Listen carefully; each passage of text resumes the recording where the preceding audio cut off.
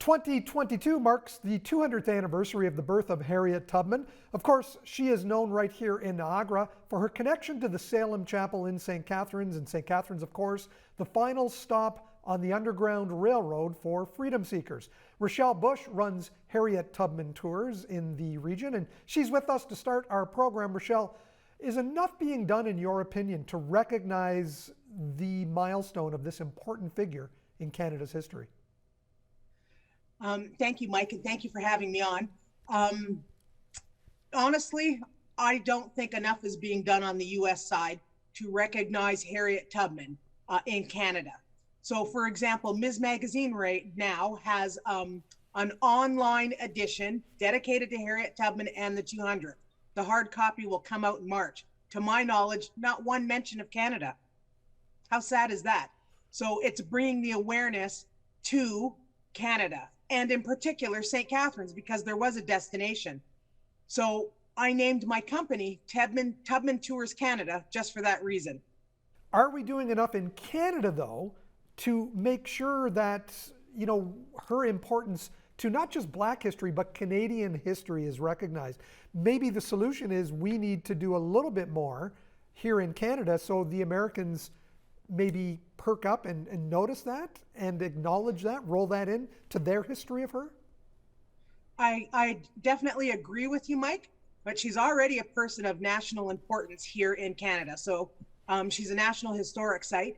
But when we're discussing Tubman, then that means we have to forge forward with more of the Underground Railroad story.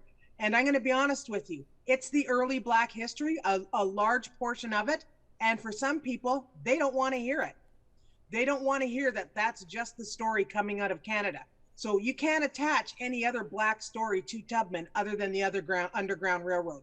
I am all in favor of elevating her status here and having the government do more. But for example, in St. Catharines, we have the banners for her. We celebrate a lot for Harriet Tubman, but to bring awareness to the US, sad to say, I believe it's on them to acknowledge that she crossed the border.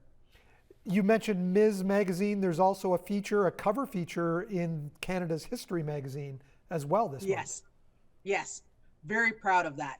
So the Salem Chapel is featured in that, as well as Harriet Tubman herself. So very happy about that exposure.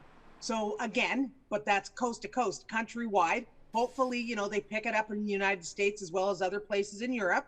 But yeah, I love it. Canada's History magazine did a phenomenal job. When you talk about the Salem Chapel undergoing some renovations right now to the, is it the bottom floor and also the exterior, how is that coming along? Well, first of all, they did the exterior, the front part, the Geneva Street side, in the fall. Now they're inside the church and they're working in the lower level. So that's pretty much gutted. They have to replace the staircase, which isn't a major job. And then it's the entire ceiling of the lower level. And also it's the wiring. So they have to reposition that so that they can put the ceiling in properly.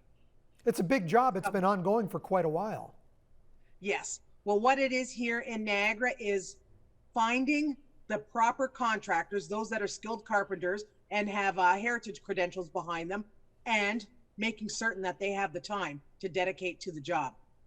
In Tubman Tours, where do you take people on those tours?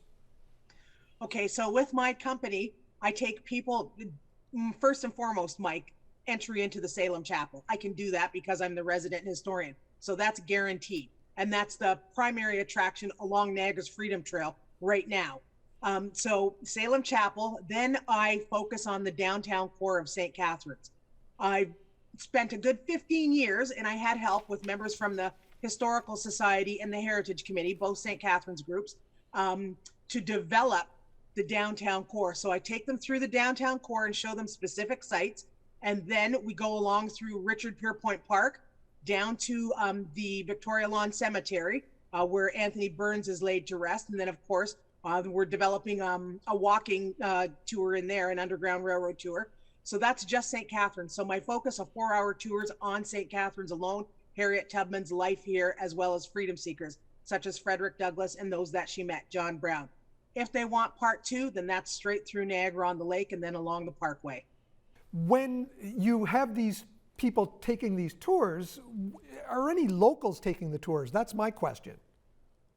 No, no. Generally, no locals are taking the tours, but there is local interest. So in the GTA area, plus Niagara. So I'm thinking this year, if everything goes well, fingers crossed, the pandemic, that I will run either 2 to 3 tours. So have people sign up and then they can board the bus and I'll take them on the tour because there is genuine interest, not just with black folks, with white folks as well. I think when you look at it, locals know about the Salem Chapel, they know the connection with Harriet Tubman, but I don't think they really know all the other sites and the significant and how much the black community really did spread out across different areas of Niagara. Yes, that is very true. So there's a wealth of information in Niagara on the Lake as well as Niagara Falls. So I no longer do the upper end of the Niagara Freedom Trail because there's not much to see there. 2 sites. So we're looking at Waverly Beach, which is where the Niagara movement was, and then where Josiah Henson crossed. So I say that because Bertie Hall has been removed. So the Freedom Trail now for me is Niagara on the Lake, Queenston, which is phenomenal with history, the Chloe Cooley plaque, Niagara Falls, Niagara on the Lake, see if I've repeated myself, and then St. Catharines. So, and then of course the Parkway, because number one to me is not only highlighting Black history, but highlighting the Niagara Parkway. And Mike, I know I'm rambling, but I want to say one other thing.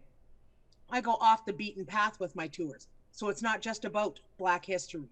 It's a shared history. So I incorporate the Loyalist history where people of African descent were enslaved, such as Chloe Cooley on the Vroom property, but I also tell the Confederate story as well.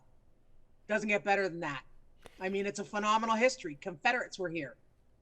Harriet Tubman movie came out last year, or was that the year before? But it made a bit of a splash. The Discovery Channel is doing a series right now about freedom seekers and some off the beaten path areas there. Is this history becoming a little bit more normal for us to see in those kinds of avenues? Yes, it is, because people want to learn about the history. And I'll tell you, Thomas Wentworth Higginson said back in 1856, and he was a colleague of John Brown's as well as Harriet Tubman, that the most, and I can't quote him verbatim, but the most important story that will come out of American history will be the fugitive slave story. So that's why people are focused on the Underground Railroad. The downside, and he was looking into the future for the 21st century. The downside to what they're doing is some of them are just, absurd stories. Like, come on, half of it, I don't believe even happened. Some of it's just out there, that's for sure. Rochelle, thank you so much for joining us today, and good luck in the continuing renovations on the church. Oh, thank you for having me, Mike, and thank you so much. You have a great day.